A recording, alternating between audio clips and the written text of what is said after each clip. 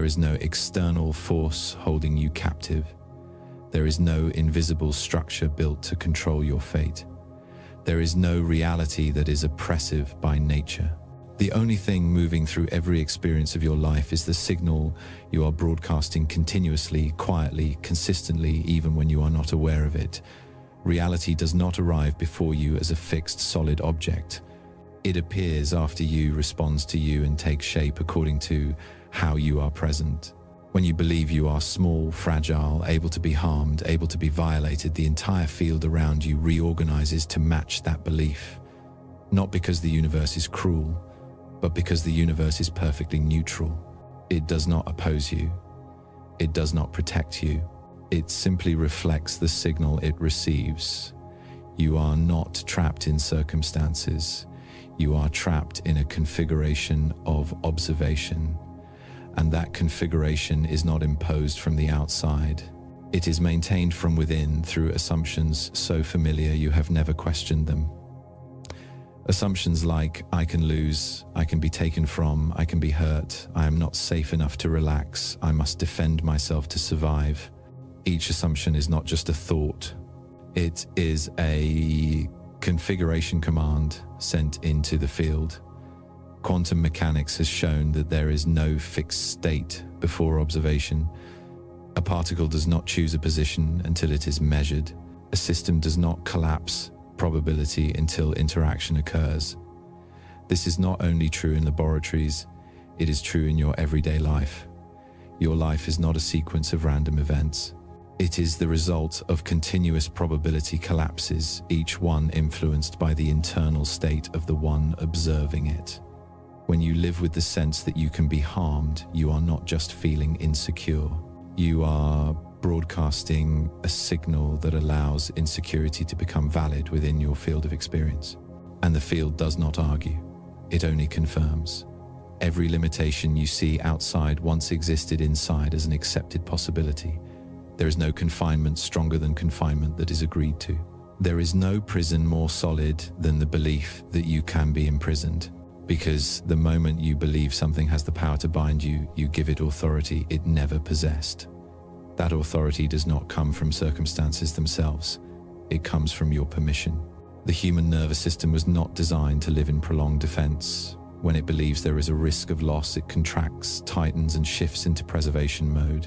In that state, perception narrows, available choices decrease, and reality begins to mirror that contraction through increasingly restrictive situations. Not because life is punishing you, but because you are resonating with a version of reality that has reduced amplitude. The hardest truth to accept is that no one is doing this to you. There is no system powerful enough to determine your life from the outside. Even structures that appear immense, like money, status, and authority, only exist and exert influence because of collective agreement. When agreement is withdrawn, power dissolves. When belief collapses, structure loses its foundation. In the same way, every personal fear exists only because you believe in the possibility of loss, loss of safety, loss of value, loss of control. But look more deeply. What can truly be taken? Experiences can change, forms can dissolve, but the observing presence cannot. That which witnesses every movement has never been violated by any movement. You are not what is happening to you. You are the space in which everything happens. And that space cannot be imprisoned unless it collapses itself. Each time you believe you are not strong enough to face something, you enact that very contraction. You shrink your inner space to fit the fear, and when space shrinks, everything inside becomes suffocating. Freedom is not having more choices. Freedom is realizing that nothing truly has the authority to choose for you. No circumstance has the right to define you. No memory has the right to bind you. No mistake has the right to imprison you. These things only carry weight when you continue to hold them as absolute truth. The moment you realize that confinement exists only in the signal you are emitting, a gap appears. Not a gap to escape through, but a gap to see clearly. And when you see clearly, you do not need to break the prison. You only need to stop reinforcing it. The prison does not collapse because it is attacked. It dissolves because it is no longer believed to be real. Reality does not need you to fight for freedom. It needs you to stop confirming the absence of freedom. When defensive signaling ends, the field begins to reorganize. When contraction stops, space opens, not as a miracle, but as a physical consequence of a change in configuration. No awakening begins by adding something. It always begins by realizing you were never bound in the first place. And when that realization does not happen through thought but through deep inner stability, reality has no option but to respond accordingly. Reality does not form first and then allow you to enter it. That sequence is consistently misunderstood. You do not step into a completed world. You and the world arise together in the same moment, under the same configuration of observation. When the observer changes, the world does not need to disappear and be rebuilt. It only needs to reorganize how it responds. In quantum mechanics, the observer is not someone standing outside watching an objective process. The observer is part of the system. The presence of the observer changes the outcome not because of an intention to control, but because the act of observation itself is an interaction, and every interaction leaves a trace. Your life operates by the same principle. No event is completely separate from your inner state. What you call circumstances are the field responding to how you are present. When you enter a room in tension, the room feels heavy. When you enter the same room in stability, the space changes even though nothing physically moves.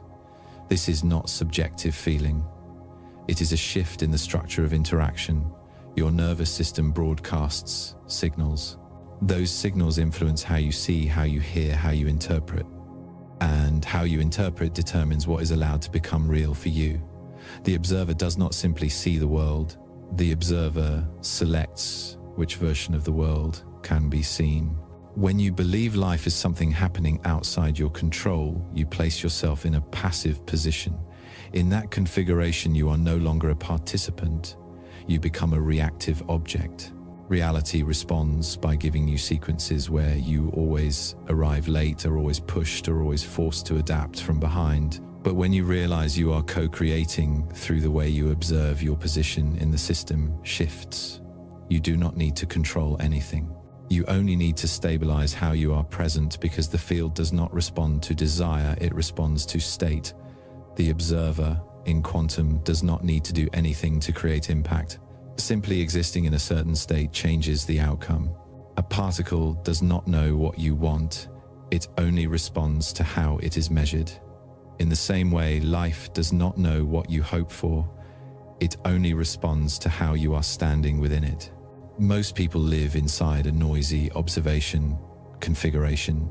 They see the world through memory, fear, expectation, and defense. Each layer distorts the signal. When the signal is distorted, the response is distorted as well. They do not see reality as it is. They see the version their nervous system allows. This is why two people can live in the same conditions and have completely different experiences, not because circumstances favor one, but because each carries a different configuration of observation. One sees dead ends, the other sees possibility. The field does not choose sides, it only reflects. When you stand in fear, you observe from a contracted position. Vision narrows, available choices decrease. Every signal from the environment is interpreted as a potential threat. When everything looks like a threat, the world becomes something to defend against, not because it is inherently that way, but because that is the version you are calling forward. When you stand in stability, space opens. You do not need to force positivity.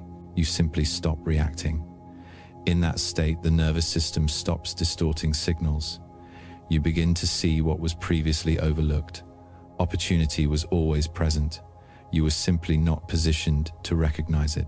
The observer does not decide by will. The observer decides by presence. This is why trying to change life through thought often fails.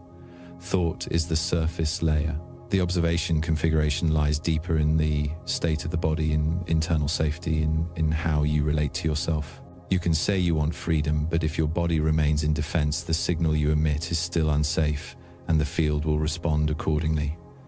There is no contradiction, only absolute consistency. When you understand you are the observer rather than the victim of circumstances, a subtle shift occurs. You do not become more controlling, you become less reactive. And that reduction in reactivity changes the entire dynamic. Reality does not need you to understand it intellectually. It needs you to stand in the right position. When position changes, perspective changes. When perspective changes, what is allowed to appear changes as well, not because you create the world, but because you stop blocking the possibilities that were already there. The observer decides, not through words, but through state. When state stabilizes, the world naturally becomes clearer, wider, and less adversarial, not because its nature has changed, but because you are no longer viewing it from a place of separation. Fear does not appear randomly within you. It is not your nature. It is a reflex activated when the inner system believes something can be lost. Safety can be lost. Control can be lost. Value can be lost. Existence can be lost. The moment the idea of loss appears, the entire nervous system shifts into defense. The body contracts, perception narrows, and the world begins to be observed from a misaligned position. What matters to see clearly is that loss is not always a real event. Most of the time, it is only an imagined possibility. But to the nervous system, imagination and reality are not different. A possibility believed long enough is processed as a real threat. And when a threat is accepted as real, fear becomes the foundation of the observation configuration. From that position, you no longer see life as a field of possibilities. You see it as a sequence of risks. Every neutral signal is interpreted negatively. Every change carries the scent of danger, not because the world has become more threatening, but because you are observing it through the lens of loss. In this state, people try to control. They control others. They control outcomes. They control the future. But control never comes from freedom. It always comes from fear. And the more you control, the more you confirm that something must be protected. This configuration reinforces itself. Fear creates control. Control deepens fear. Love exists on the opposite side. Love is not emotional excitement. Love is a state where the system does not believe in loss. When there is no loss, there is no need for defense. When there is no defense, energy is released. Perception expands. The field becomes softer and more flexible. In love, it is not because you believe everything will always be good. It is because you no longer define your existence by outcomes. You do not place your value on things that come and go. You stand on a deeper foundation where being does not depend on conditions. This is why love cannot be created by thinking. Thinking always assumes something must be achieved, but love is not achieved. Love is remembered. It appears when contraction stops. When you no longer grip an image of yourself, of the future, or of what you fear to lose. When you release the assumption of loss, something subtle happens. You do not become passive, you become clear. Clear about what truly matters. Clear about what is only reflex. And in that clarity, action no longer comes from panic, it comes from presence. Many people believe that without fear, they will lose motivation. The truth is the opposite. Fear drains energy. Love restores energy. When you no longer waste inner resources on defense, the whole system becomes more efficient. The mind becomes sharper. The body becomes more flexible. Decisions become more accurate. This is not a philosophy to believe. It is a mechanism to recognize. You can observe it directly in yourself. When you act from fear of loss, everything feels heavy. When you act from inner sufficiency, everything feels lighter. Not because circumstances changed, but because the starting point changed. If at this point you feel what is being said does not only reach your ears, but touches something familiar within you, take a moment to acknowledge that. Not everyone is at the right moment to hear this layer of the message. If this content resonates with you, remember to like and share it so it can reach others who are observing from a similar frequency. When people of the same frequency connect, the collective field begins to shift. And if you feel the value of this content deserves to be sustained and developed further, you can support the channel through donation. Your support does not only help the content continue, but also sends a clear signal into the field that you are choosing to nurture these levels of awareness in your own life. Fear exists only when you believe in loss. Love appears when you remember that nothing essential can be taken from you. In that moment, the observation configuration changes. And when the configuration changes, reality no longer responds in the old way. The human body is not a machine separated from consciousness. It is a sensitive system constantly reading signals from the inner state and adjusting biological activity according to those signals. Every sensation, every reaction, every moment of tension or release leaves traces at the cellular level. This is why, when speaking about love at a deep level, it cannot be described only through emotional language. Love must be seen as a state of biological coherence, where the entire system operates in synchrony rather than resistance. When a person lives in prolonged stress, the body does not only become mentally tired, it enters a completely different biological configuration. The sympathetic nervous system remains continuously activated. Breathing becomes shallow. Heart rhythm loses stability. Energy is redirected towards survival responses. In this state, cells do not prioritize regeneration. They prioritize short-term survival. Repair processes are delayed. Subtle functions are treated as unnecessary. Stress is not just a feeling. It is a clear biological signal. It disrupts the structure of water within cells. It breaks internal rhythms. It reduces communication between systems. And when communication declines, the body begins to function as disconnected parts rather than an intelligent whole. By contrast, when a person enters a state of love, not romantic emotion, but deep internal safety, a different configuration activates. The parasympathetic nervous system takes precedence. Breathing deepens. Heart rhythm stabilizes. Systems begin to synchronize with each other. In this state, the body no longer prioritizes defense. It can return to its original function of regeneration and balance. Biological coherence is not an abstract idea. It is a state in which internal rhythms align. The brain, the heart, the breath, and the endocrine system begin communicating more efficiently. When this alignment appears, biological signals become clearer, noise decreases. The body starts behaving like a system with deep memory of how it was designed to function. Love in this context is not something you do for others. It is what happens when you stop placing pressure on yourself. When you no longer force the body to become something else in order to be accepted. When you allow yourself to exist without proving anything. In that moment, the biological system receives a signal of safety, and safety is the prerequisite for all healing processes. Many people search for recovery by changing external behaviors. They eat better, they exercise more, they look for techniques. But if the inner configuration is still based on tension and self-enforcement, those changes only affect the surface. The body may adapt temporarily, but it cannot reorganize at the root. When love is understood as coherence, you begin to see that healing does not come from adding, but from removing. Removing the pressure to be perfect. Removing the need to control. Removing the belief that you are only worthy when you achieve something. Each belief removed releases a layer of tension from the nervous system. In coherence, cells do not need to be commanded to function correctly. They already know. Biological intelligence does not need constant interference from will. It needs space, and space only appears when the system is no longer forced into survival mode.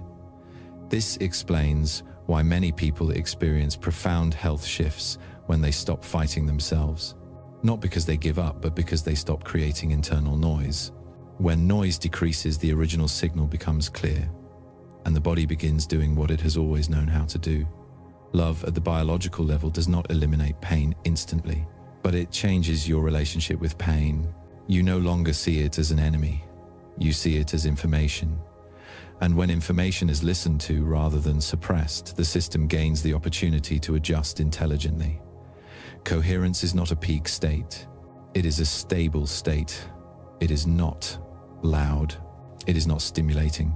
It is quiet but solid, and this solidity creates the foundation for sustainable change, not change through effort, but change through alignment. When you live in this state long enough, you begin to realize that the body is not against you, it is responding to how you treat it.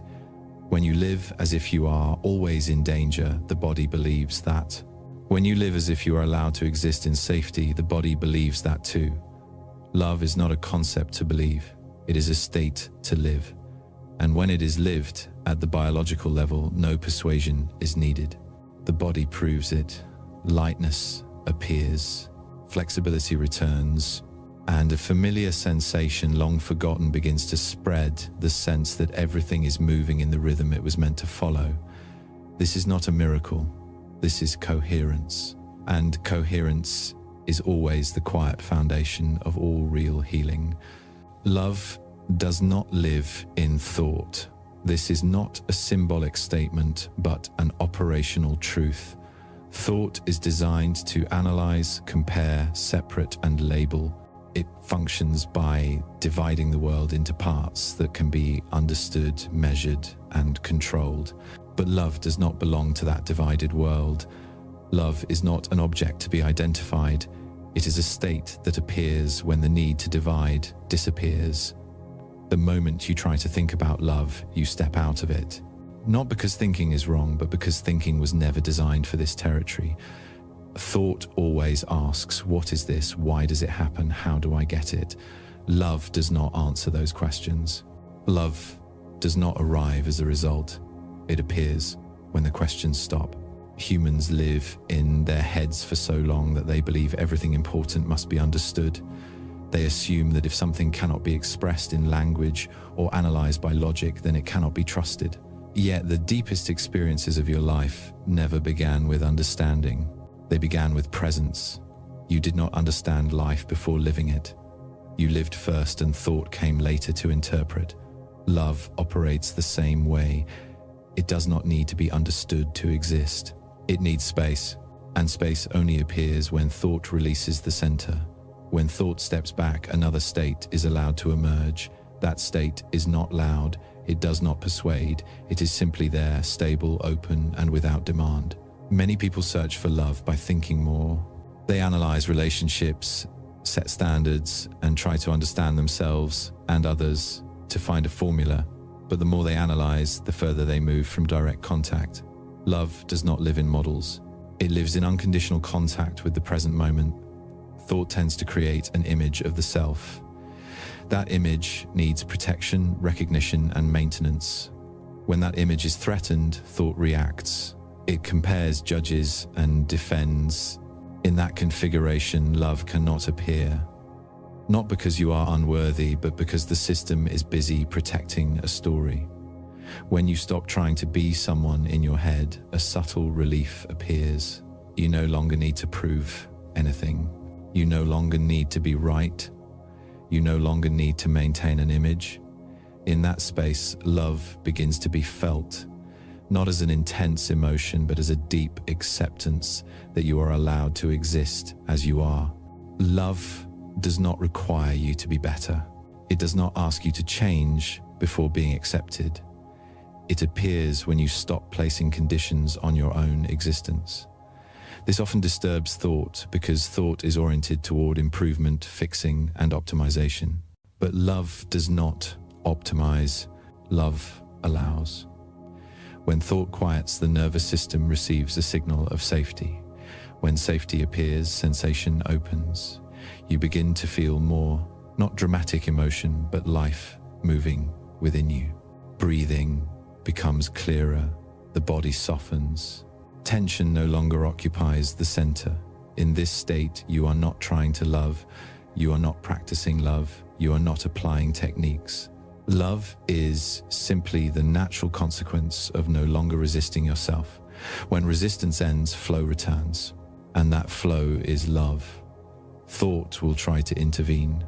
It will ask, what am I feeling? Is this right? Am I deceiving myself?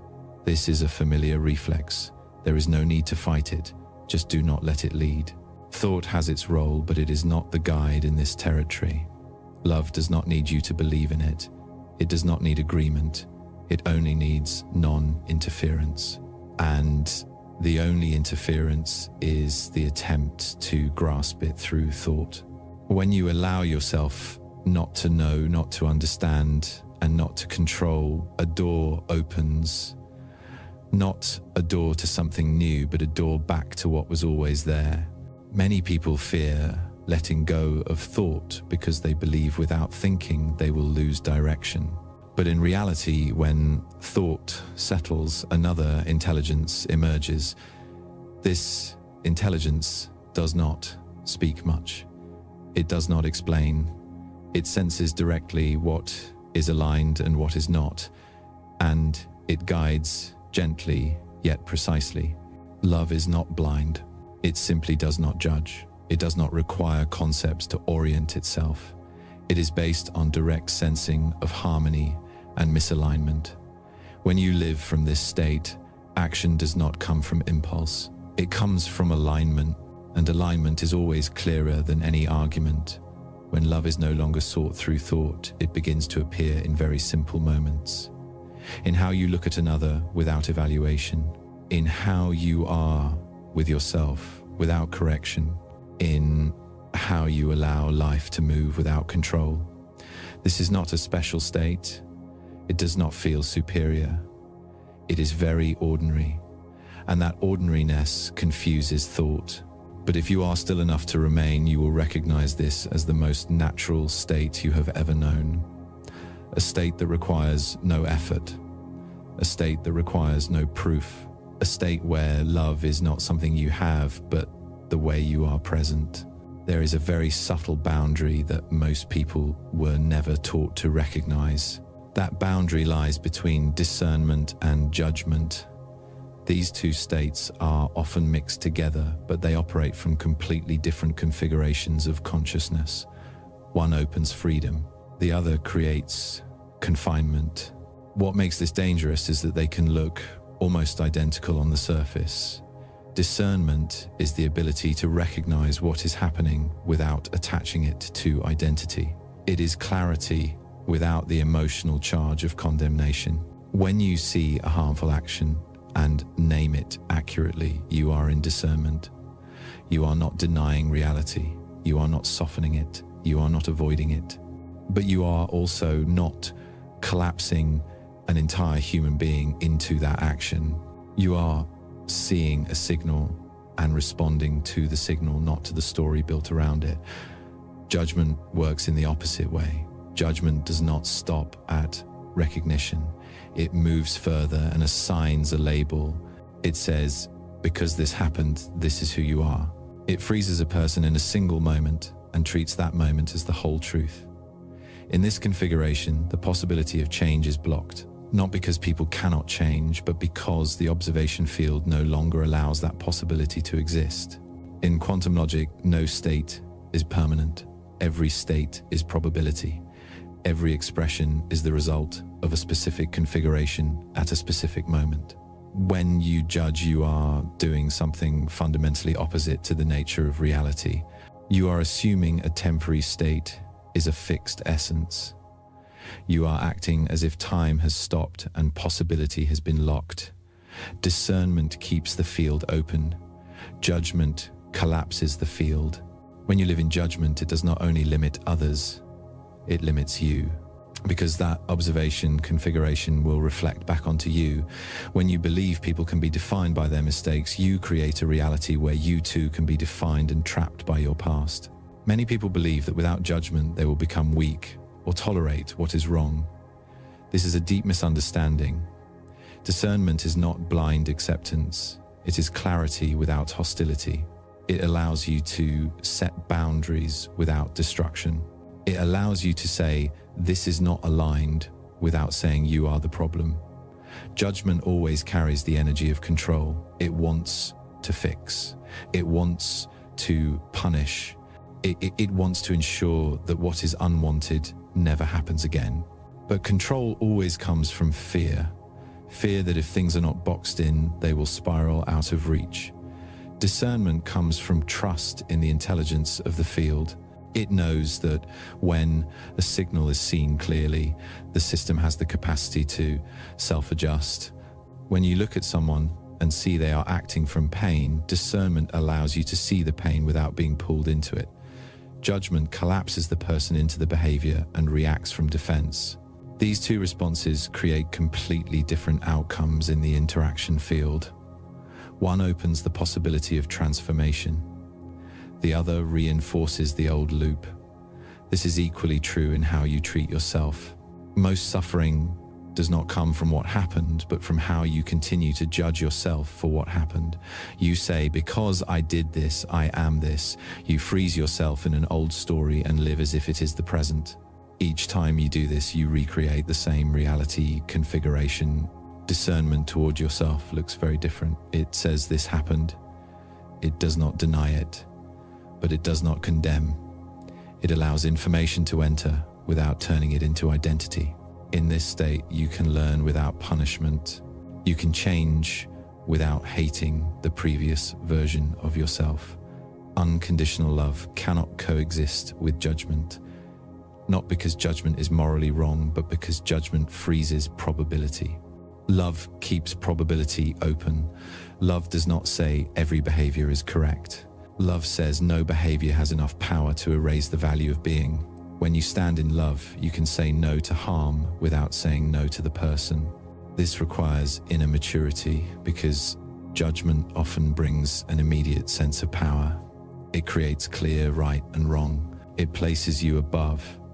Discernment does not offer that feeling. It is more humble.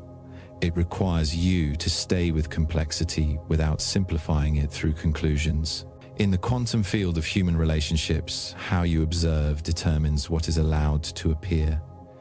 When you observe through judgment, you invite resistance, concealment, and defense. When you observe through discernment, you invite honesty, adjustment, and transformation. Not because you force it, but because the field becomes safer for truth to emerge. This difference is not theoretical. You can feel it in the body. Judgment contracts the body. Discernment keeps the body open. Judgment makes breathing shallow. Discernment allows breath to deepen. These are clear biological signals of the configuration you are operating from. When you choose discernment over judgment, you do not become passive. You become more precise. You do not lose boundaries. Your boundaries become clear without violence. And in that clarity, freedom begins to appear. Not freedom from others, but freedom from the judgment loop that has imprisoned you from within. At the deepest level, discernment is an expression of coherence. Judgment is an expression of noise. When you live from coherence, you do not need judgment to feel safe. You do not need condemnation to maintain order. Order emerges naturally when the field is not distorted by fear. And this is the ground where unconditional love can exist without contradicting truth. It only refuses to condemn being. There is no system in the universe watching you in order to punish you. There is no verdict already written. There is no metaphysical mechanism waiting for you to fail so it can deliver a sentence. The idea of external punishment is one of the deepest sources of noise ever implanted into human consciousness. It makes you believe there is a higher power standing above you, judging you and deciding your worth based on what you have done. But when you look closely at how reality actually operates, this does not exist. Reality does not function through punishment. It functions through feedback. There is no cosmic morality. There is only consistency. Every state you maintain generates a corresponding response, not to teach you a lesson, not to correct you, but because that is how a system self-regulates to maintain balance. When people speak of cause and effect as a form of punishment, they misunderstand the nature of feedback. Cause and effect carries no intention. It does not judge. It does not remember. It only reflects. If you live in fear, you will experience a reality where fear appears reasonable.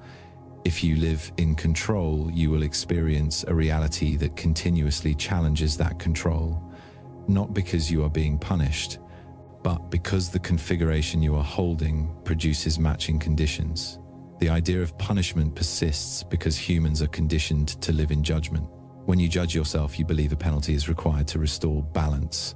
When you believe you have failed in a way that cannot be repaired, you look for a form of atonement. But reality does not need you to atone. It needs you to adjust configuration.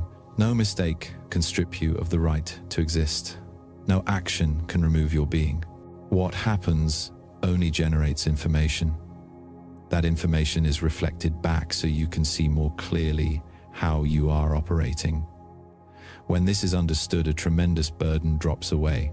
You no longer have to live with the fear that you will be punished for not being good enough. People often imagine a life review after death as a trial. But in the accounts of those who have touched that boundary, there is no judge. There are no charges. There is only recognition. Recognition of where you acted from expansion and where you acted from contraction. No one condemns you for it. No one loves you less because of it.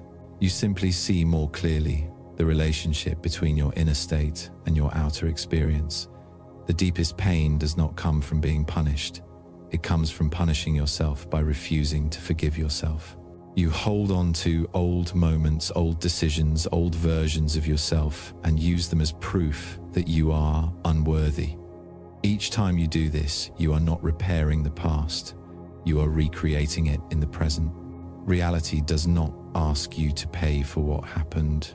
It asks you to be present with what is happening. When you continue to live inside an old story of failure, you keep that configuration alive. And that configuration continues to generate the same responses. Not because the universe refuses forgiveness, but because you have not left the old observation position. There is no eternal punishment. There are only loops that persist until recognition occurs. The moment you clearly see that you have been living from a fear-based configuration, the loop loses its foundation. It does not need to be broken. It dissolves on its own when it is no longer fed. Many people fear that without punishment, humans would become irresponsible. But true responsibility does not come from fear of penalty. It comes from clarity. When you clearly see that every state you hold is reflected back with precision, you do not need supervision. You self-adjust because you feel the consequence directly within yourself. Deep freedom emerges when you realize no one is keeping a ledger of your mistakes. No entity is storing your failures to use against you later. Every memory exists only within your nervous system, and when you stop activating them, they lose power. Reality does not need you to suffer in order to learn. It does not need you to be punished in order to mature.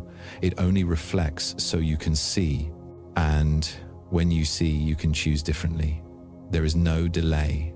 There is no karmic debt that must be paid first. There is only choice in this moment. When you release the idea of punishment, you also release the idea that you must be perfect. You no longer need to live in tension to avoid error. You can live in attention and adjust when needed. This is an entirely different